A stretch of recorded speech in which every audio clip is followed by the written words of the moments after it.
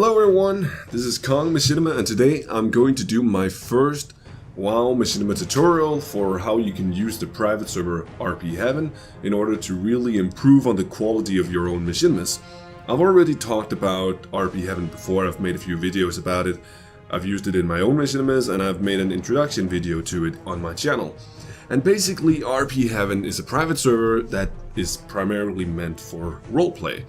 But the thing about RPheaven is that it allows you to build your own phases where you can spawn buildings, NPCs, you can change the appearance of your character, and by that you are really capable of building entire cities, islands, scenes, armies, whatever you really want. There are basically no limits to your imagination, and people have made everything from entire cities to reenacting famous lore moments from Warcraft, such as the first invasion of Azeroth. And this basically means that you can do whatever you want. So I'm going to go through 3 major steps here. I'm going to go through how you can use commands in order to deal with spawning buildings and characters, facing different phases and how this matters and how you can use them to your machinimas, and physics. And physics basically help you with going through traversing the land, flying, making sure that you can get the best camera angles available, and that's really the 3 major parts. So let's go through the first one, spawning.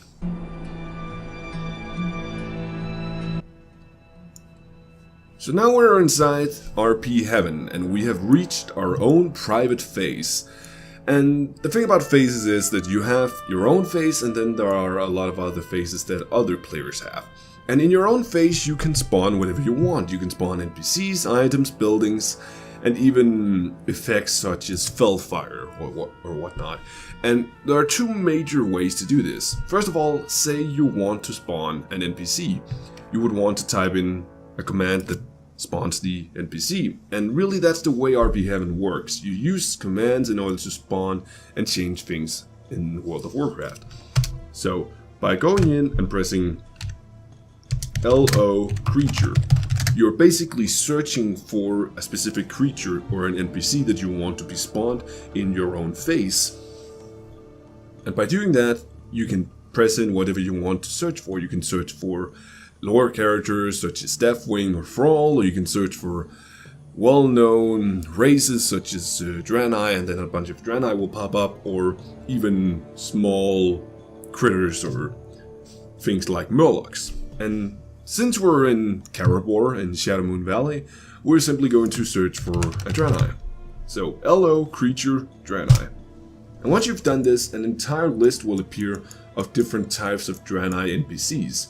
And really, it's anything which has the name Draenei in it, which means it doesn't necessarily have to be a Draenei. It can be a Draenei Earth Totem, as you can see here, or it can be a Survivor, or even a Child. So say we want to spawn a Reveler, the one right here in our server, in our phase. We basically have to go in and press in another command called NPC-SP. And after you've pressed in that code, or that command, you have to insert the code of the individual NPC that you want to be spawned. And in this case, it's the Draenei Reveler, which has the code 23039. So when you do this, and enter this, you're basically spawning the NPC. So now we have a Draenei Reveler, and depending on the individual character, the individual NPC, they may have different looks. You may be able to randomly spawn a male or female. It really depends on the individual model. So if we did it again and said NPC-SP, we may get a female instead. And that's what we got here. So now, what do you want NPCs for? You want to place them somewhere so that they feel authentic and that they make sense within that individual scene. And really the way you do that is that whenever you spawn something, it spawns right where you're at. So if I go over here and press NPC-SP 23039, it will spawn exactly where I'm standing. And so in order to spawn things where you want them to be spawned, you need to go to the individual places. And that's something I'll explain later in physics. So what else can you do? Well, you can also spawn entire buildings or places. So, what would you want to spawn? Let's say you want to build an entire city. You want to build an inn, you want to have a tavern, you want to have a garrison and things like that. Build an entire city similar to that of Stormwind. Well, it's basically the exact same as spawning an NPC. The only difference is that you have to go in and instead of pressing LO creature, you have to press LOOB. And OB simply stands for object, and I assume LO stands for lookup. So once you've pressed in LOOB, you simply have, again, to search for the individual thing that you want to spawn. And let's say I want to spawn an inn. A bunch of inns will appear. Anything with the word inn in it. And that means we may be able to find a bench, we can find a door, another bench, and even spells and sometimes. And basically what we're going to do is we're going to go up until we find something which seems to make sense to spawn. So let's try the Ratchet Inn. So this time, instead of pressing NPC SP, you're going to want to press GOP SP, which simply stands for object spawning. So you are spawning an object, and this time again we have to press in the code. And now we have an inn from Ratchet in the middle of Karabor. And really the way that you can use this is that you can use it in a way which in a place where there's no other buildings and such, and basically through that you can build an entire city on a flat terrain. You're also it's also possible to go out and make an island in the middle of the water, and there you can make a flat terrain so you have a place in the middle of nowhere to spawn things. But now let's say you think this is crap. You don't want the Ratchet Inn in Karabor, it doesn't make any sense, the colors don't match. You want to delete it. And the way you do that is you go in and you press GOB select. And before you do anything else, you need to make sure that the thing that you want to fill with is actually the one you've selected. So go in and see that the selected object is the one you want. And in this case it is. We've selected the Ratchet Inn. And now what we want to do is we want to delete the Ratchet Inn. So now that we have it selected, we can go in again and press GOB delete. And this deletes the entire object. And we can do the same for NPCs, but the only thing about NPCs is we don't have to select them because we can do that normally as we would do when we play the game normally. So we go over and say we don't want this Draenei rebel here. He's looking down at this woman trying to charm her and get into her pants, and we don't want that. We want him deleted. So we go in, NPC, delete. And now just like that, he's gone. And really that's most of what there is to spawning things. So now on to the next part, facing.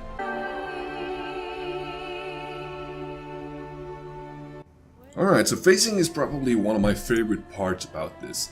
Facing means that you can enter individual parts of the world and fiddle with it in whatever way you want.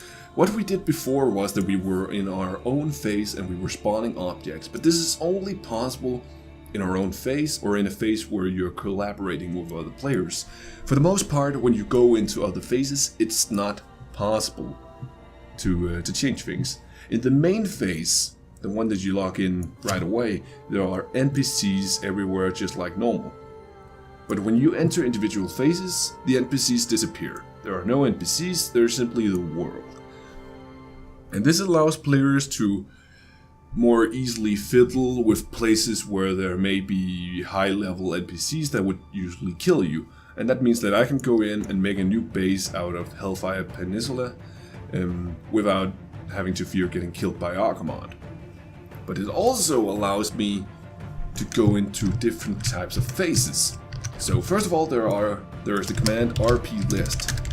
An RPList shows us all the active available lists of phases at any given time. So when we press this, we can see currently there are 3 phases, and those are the ones that are advertised, so to say. There are more phases that we can enter, but these are the ones that are currently active and that people are in.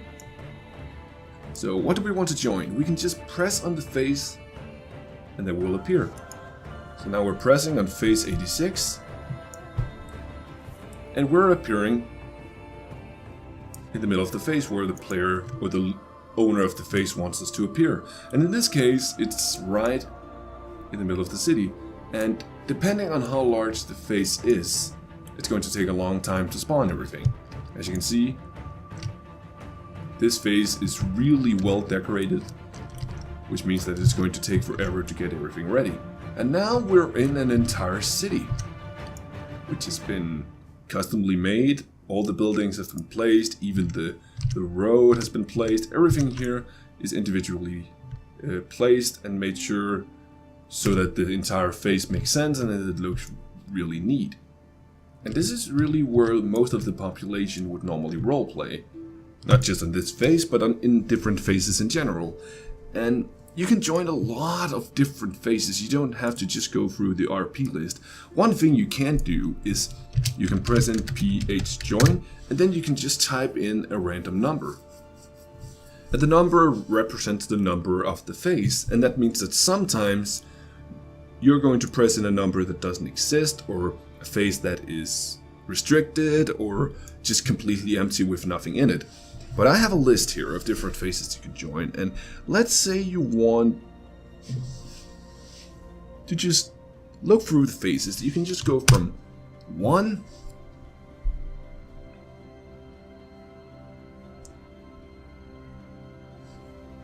and then you'll appear in the middle of nowhere, and that's because this face hasn't been edited. The owner of this face hasn't changed anything. He hasn't added anything to the face. He's simply chosen a place where you will spawn.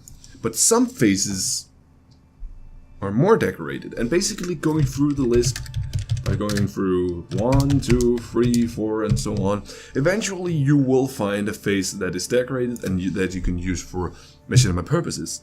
So say you want, like, you go through the list and eventually you find a face which is neatly edited and you feel like using for your machinimas. And in this case, phase 26 is an edited and changed version of Goldshire, basically an updated version of Goldshire made by a single player just like me and you. And now we're here. Now we are in a custom made version of Goldshire. And one slightly bad thing about RPheaven is that you can't actually delete buildings that are already present.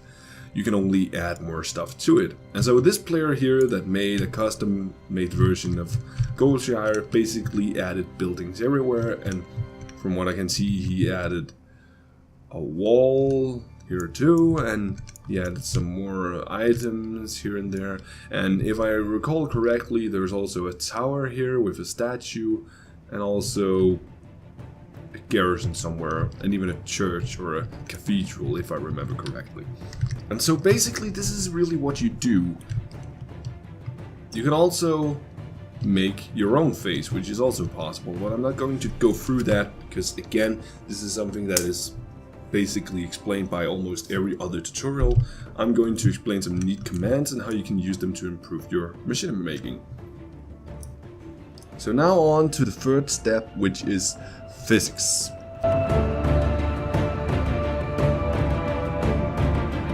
And on to the third step, physics. Physics is basically everything that you can do to change how your character appears or looks or moves in order to make sure that it's easier for you to use for machinima purposes.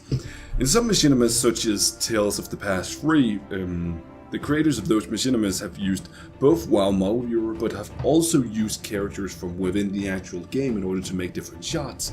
And if you're the type of machinima that likes to do that, you may want to move around as a character that is not really available to you. And that is one thing that you can do by changing the physics of the game. And firstly, this is called the morph command. And the morph command means that you can go in and change the appearance of your character, the race, the looks, and whatever. And I don't really have the entire morph list, but if you just type in morph and then press in that random number, you will morph into something. It can be a gnome, it can be an Eridar, or in this case a dwarf, it can be anything really. And you can keep on going until you find something that you find interesting. There are even older models of World of Warcraft from back before vanilla. And you can keep doing this forever until you find something which you find interesting and useful. And somewhere on the internet there are lists of what different IDs of the morphs will do and what type of characters that you can change into. And this is really neat if you don't want to just go around and change into different characters by adding gear and making new characters with different races. This way you can do it a lot faster and change between the races within a matter of moments. And see, it's not even races, you can change into objects as well. But there are other things that you can do as well. In my case, I really like to change my morphing into the first one here, which is just a dice. And the reason why I do that is that it's the smallest object available. And by having that, it means that I can move around more precisely when I want to record. But hey, how do I move around? I don't have a mount, I don't have anything. What do I do? Well, basically there are two other major commands that I use for moving around. The first one is called GM fly on. And funny enough, there's also GM fly off in case you're already flying, because that's what the command does. It enables you to fly around like if you had a mount on, but it doesn't change the speed. So right now I'm flying as fast as when I walk on the ground. There's no real change in speed. But what if you want to be faster? What if you want to be as fast as Sonic? Well, you can do that. Basically what you have to do is press in mod speed and then a specific number. You can change it to 0.1, in which case you'll be even slower than normal, or you can change it to mod speed 50, in which case you will be the fastest man alive. With mod speed 50 you can go from different regions in a matter of seconds, but you can work with this and find a specific speed that matches whatever scene you want to record and how you want it. For the most part I work with either 5 or 1, and in special cases if I need to go very far I use 50 as well. But 50 is not really that common or needed, because for the most part you can just teleport. That's another command that you can use. So say you want to go to Dalaran, then you can go in and press .tele and then Dalaran, and you will, funny enough, go to Dalaran. And now we're in Dalaran, the most beautiful city in the world of Azeroth. But we're not done, because besides just changing ourselves, how fast we are, how much we can fly, and where we're going, we can also change the individual NPCs that we want to play with. So let's say we want another Draenei Relever. We will spawn Draenei Relever.